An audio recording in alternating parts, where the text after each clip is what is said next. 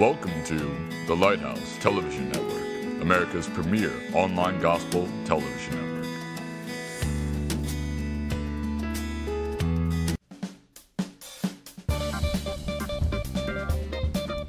And now here is The Mountain.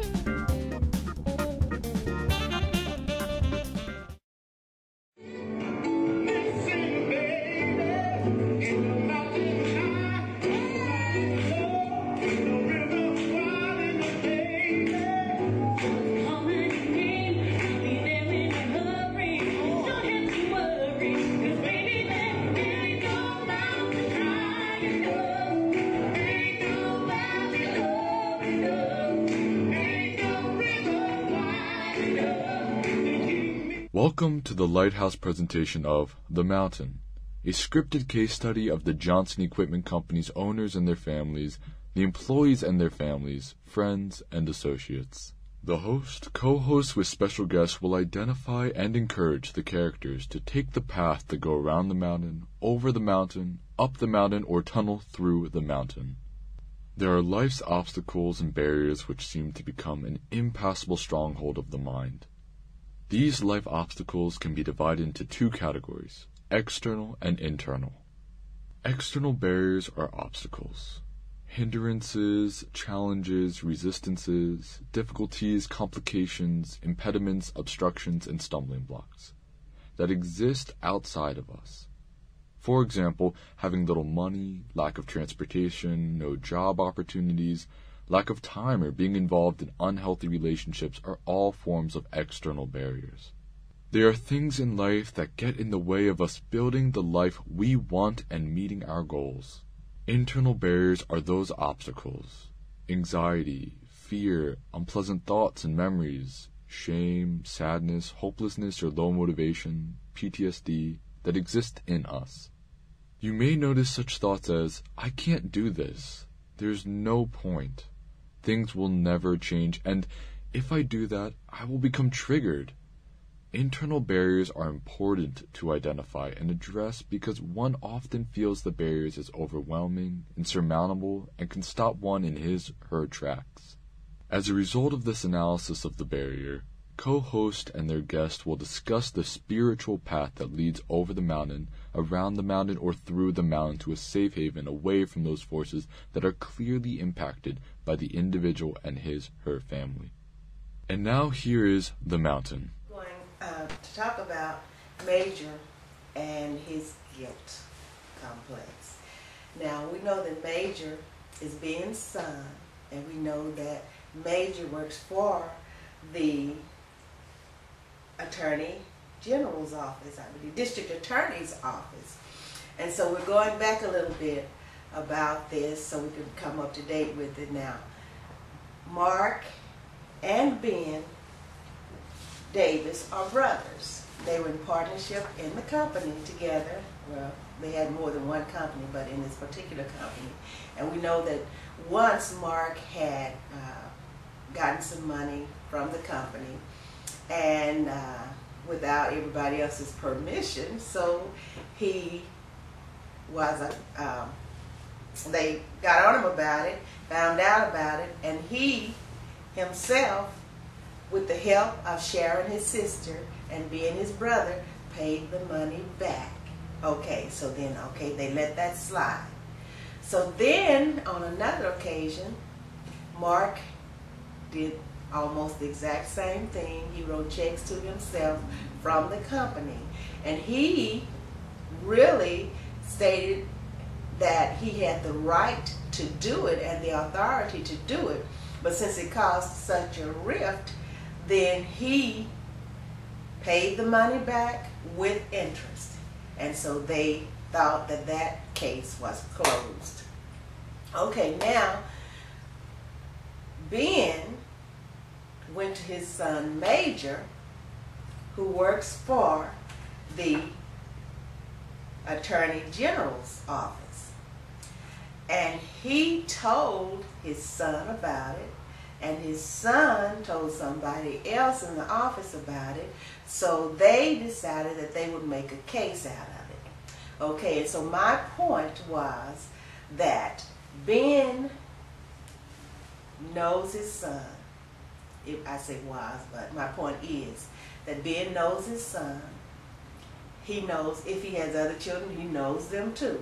We know our children's personalities. And my point of this was that he knew that Major would do something about it.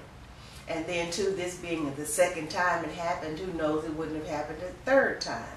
So he went to his son and he confided in him. And I still say, knowing that he would take a step and go a little bit further with it. And so Major did. So he turned his uncle in to the district, I keep saying district attorney, what is it? I know you're going to have to take all this out, I'm so sorry. The district attorney's office. And now he's on a guilt trip. Okay? So it says that he has a sense of shame or a personal wrongdoing. Okay, I'm pretty sure it's because it's his uncle. And he's having second thoughts about it. Did he act too fast? Did he do the right thing? And then he's also justifying himself, I believe, well, it's my daddy. He's in jeopardy too, because if they bring the company down, then they bring my dad down for fraud also with my uncle. So I need to go in and do something about this before it goes too far. And then there's also my Aunt Sharon, who would also be dragged into this. And so he went ahead and made this step, and so then it brought an indictment against his uncle, even though his uncle had paid the money back with interest. And this is the second time he paid it back, but then who can be sure that he would not do it again?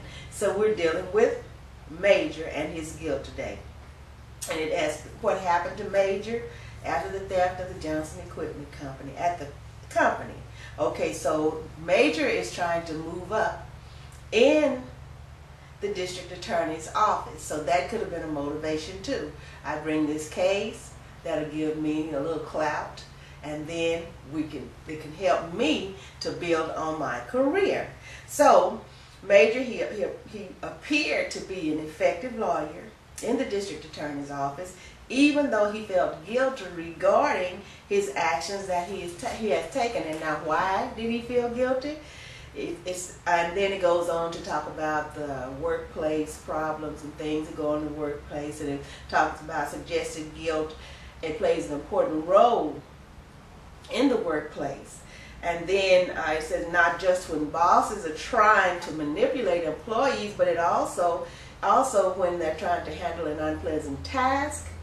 But when guilt shows that people who have strong tendencies feel guilt, also they get better performance reviews out of guilt, and are more likely to be perceived as strong leaders, and they're more carefree than their more carefree peers. Can we just stop? I'm not doing this because it's not now. Getting back to Major. Now we know that Major works for the district attorney's office. Okay, his dad knows that he works because he is his dad. Okay, so his Uncle Mark, we know twice, when we would call it embezzlement.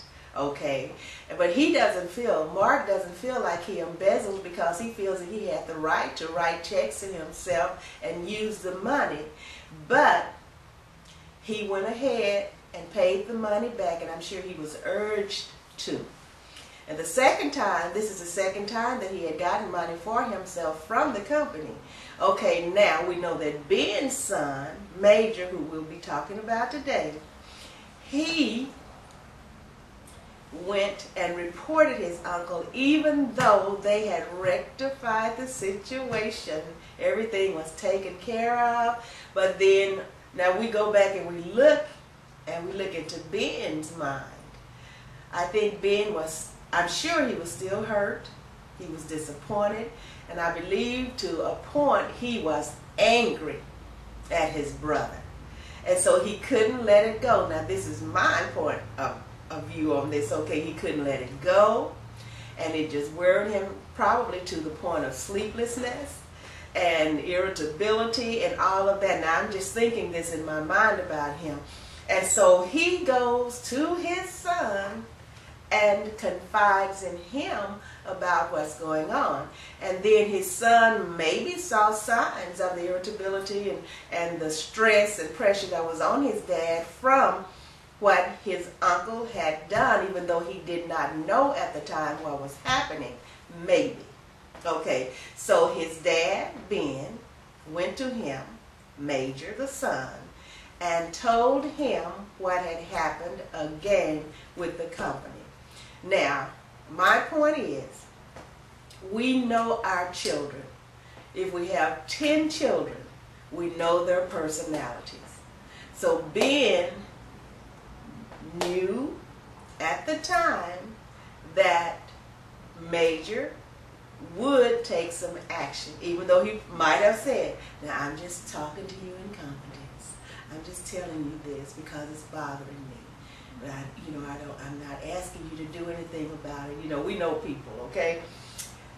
Major went a step further and confided in someone in the district attorney's office. That someone went and processed an indictment against the uncle, even though the uncle had paid the money back with interest. So now we go into Major's life. Major's feeling guilty. Oh, why did I do that? That was my uncle. But then it says, he could be feeling a sense of pride also because he's brought a case to the DA's office. And it seems like, a really, really good case because it's a case of fraud and embezzlement and all of that. But we must remember now, this is his uncle. So now this could give him a few feathers in his cap because he had the courage to go against a family member and bring him before the law. So that would make them think, well, if he'll do this to his family, then he'll be a good person for promotions and to move on up the chain of success. And so he has turned his uncle in. Now, they prosecuted him, and now we were waiting on the trial before we came back to Major. Okay, now Major is the key today. He's feeling guilty. Oh, woe is me. Why did I do it? But I had to do it. He's reasoning within himself. I had to protect my dad. This company doesn't belong to my Uncle Mark. It belongs to my Aunt Sharon and my dad. And then he's done this twice. Now what if he does it again? I don't want my dad to get sick. I don't want my Aunt Sharon to get sick. I don't want this to interfere with their lives any more than it already has. All this stress, all of this aggravation. So he feels like he needs to put a stop to it, even though the uncle has paid the money back with interest. So now he's feeling guilty. Woe is me. All right. So now we go and we talk about the workplace, and we're talking about, when you do these things, people sometimes look up to you and they say, wow, he doesn't play. The law is the law with him no matter who it is. Okay, so initially it tells us that Major would have appeared to be an effective lawyer in the district attorney's office, even though he felt guilty about the actions that he had taken. And then it goes on talking about cases in the workplace, in the offices, and it said in this case, guilt is defined as a feeling brought on by a failure to meet expectations. And then it tells us, differences between shame and guilt. Okay, and shame guilt is seen as somewhat functional. You can function with that because it can be constructive and lead to change. And so the shame is considered dysfunctional, okay? Because it encourages those who feel it to withdraw or to be hostile. So the issue with Major is that he's a lawyer. He has to be connected to the fact that he feels guilty. He also suffers from the demons of perfection and depression. On one end, he wants to be perfect, but yet he is depressed, okay, because of his actions. So he's in a tight spot. emotionally, trying to justify himself, and then try to shake this guilt and this shame that he has because of what he did to his uncle, which affected the whole family. So it's just a big old ball of confusion, hurt, shame, and guilt. And I'm pretty sure his dad, if he has a conscience, he's feeling pretty bad about this too. And so I know I'm not talking about the dad today, but I'm pretty sure that the dad is having some regrets, maybe, okay? Because that's his brother, and they've been close all their lives, inseparable, inseparable. So now we go into talking about the legal press and everything, and the percentage of depression and all of that in the workplace. And it talks about lawyers, and I mean, this is amazing information. And it talks about the legal press, about lawyers and depression mirrors and wholesale denial among most lawyers, and they have problems. And this is focused on Houston alone. And the report is that 18%, now we're talking about Major, so we'll put him in here, okay, because he's feeling guilty and he's feeling ashamed, okay? And then I guess we could say there are not two parts playing in here, because he's guilty, ashamed, and then there's a part that wants to be proud because he did his job. And I'm not good at this, quote unquote, but anyway, the law was broken twice. So he felt that he should take a part in it to try to keep it from happening again. But it goes back and talks about the percentages of the lawyers and the problems that they have. Like 18% of lawyers exhibit signs of clinical depression, 3.6 times that of the average population. So he's in this percentage. Then it tells us that 25% of lawyers exhibit symptoms of anxiety, the close cousin to depression. So wow, so I feel like he's feeling the depression, and the clinical depression is the worst depression. When you've been diagnosed with that, there are like at least 5 symptoms that you have in order to be diagnosed with this. And then one of those major symptoms is suicide. So this fella, if he's in the clinical depression part, he's really in bad shape. Okay, then 18% of the lawyers who practice 2 to 20 years, they say they have substance abuse problems. Nearly twice as much as the average population. The thing that is really so intriguing about this is that I don't think the average person even thinks about this. When we use a lawyer, we think that he's got it together, everything's all right, but it's not. It's not. But we don't see that. We don't know what's going on behind the closed doors. When we leave their office, what are they doing? How do they cope? Because they have to deal with everything that's happening to us and then deal with their own problems behind the scene. And so it's just giving us some percentages and letting us know that lawyers need help too, okay? Emotionally and physically. Oh my goodness. Okay. Okay, now we're talking about like 18% of the lawyers who practice from 2 to 20 years, they have substance abuse problems. We'd already stated that.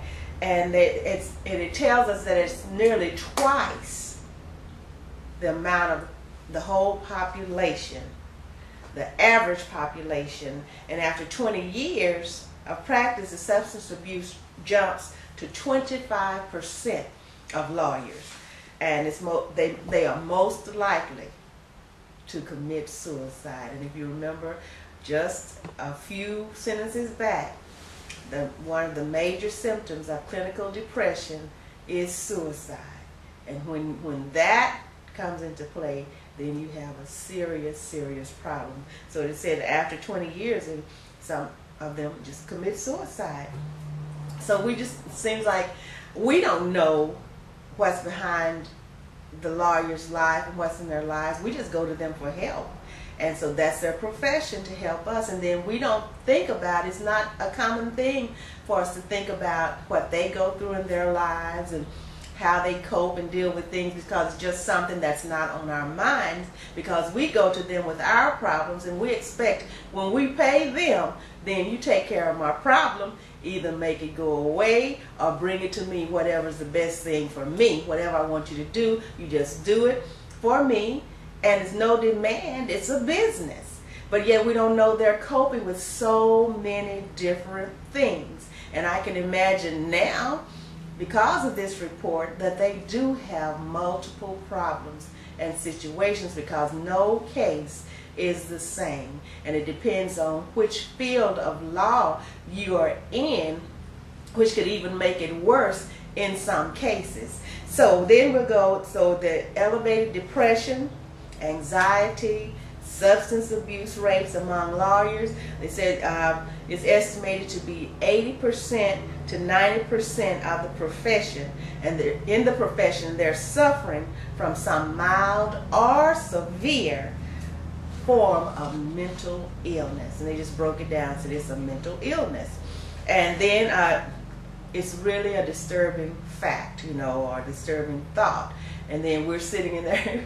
And another thing is that now that I know this, I'm going to have to really be watching if I need a lawyer, because we don't know what might bring them to the point. If they're suffering from depression and having problems and anxiety, this is something that we really have to watch out for. So you go in there with your problem, and what if they snap on you and you don't know what's going on? So, man, I'm going to have to really, really be careful. Okay. All right, I've never thought about that, really, because we think everything's okay. You know, we're here for you to handle my problem. Your life is great. You're getting all this money, driving all these fine cars, dressing in all these expensive suits. You got it made. Hey, man, you don't have any problems. You just know how to solve everybody else's. But this is something that really makes you think now. Me think, okay? Now, Major, he might have thought he was doing the right thing or good work, but likely he was not. Now we have to remember, okay, we can't let family members just do what they want to do and just continue to get away with it, even though families do, you know, because, oh, that's just her, that's just him, that's the way they do. But then he knows now that he probably feels that he really overstepped his bounds. That this was a very serious thing, because this is his uncle who loves him. He loves his uncle. But then we have to go back and remember back, this is his daddy. And even though he loves his uncle, his daddy is more dear to him than his uncle. So in order to make his daddy be able to live longer, a little less stress-free, more stress-free, that's right, and to be able to deal with life a little bit better, then he feels like that he needs to have something done about his uncle stealing from the company. That's the way he saw it. Hey, but the uncle didn't see it that way. But anyway, here we are. It is what it is. So we're in a big old mess right now. Okay, so now one thing what he should have known, though, is that one of the primary consequences of chronic sleep deprivation, and okay, we're going into it. Now we're going to conclude Major today. Major thought he was doing a good thing, but then when it started taking a toll on him, he was deprived of sleep, he has restlessness, and then his conscience is really bothering him, because when you're dealing with family, then you're not just affecting yourself, then you've got a whole family, two sides to deal with. Okay, he's got his aunt to deal with, who is Mark's wife, and then Mark's children. Then he's got Sharon and hers. We don't know how they feel about the thing, because evidently Sharon and Ben were okay with Mark paying the money back, and then he paid it with interest. But Ben now, so we don't know whether there's a rift between Ben and Sharon. because Sharon knows it, being shared this with Major, his son, whom he knows very well, and then Major went and took it to the office, and then it blew up and just got out of hand. So now Major, it seems to be, is suffering with depression, sleep deprivation, and all of that. And then it says that even a half hour less sleep a day, a half hour less, is significantly gives you the lower ability to regulate emotions. And that, when I saw that, I said, wow, these emotions are something else. Just if you get 1/2 hour sleep less than you normally do, it could affect you emotionally in a negative way. And then we go on and we talk about the dysfunction, and we don't know what other things he got into. We don't know whether he was into alcoholism. We don't even know whether he was into drug abuse. But it seems that whatever was going on, he was not happy, he was disturbed, and he regretted everything that he had done towards his uncle. But yet we can't just let him slide, because, nor his daddy, because Ben knew his son, and I cannot stress that enough. I know my children, I know their different personalities. You have to deal with them in different ways. You know what their triggers are, and you know how to get them going, or you know how to calm them down. Either or, you know how to deal with your children. And Ben knew that Mark would do this, but yet he wants to be like Pilate. He wants to wash his hands. I don't want to be guilty of anything. I just confided in my son. I didn't know he was going to take it that far. Ben, you ought to be ashamed.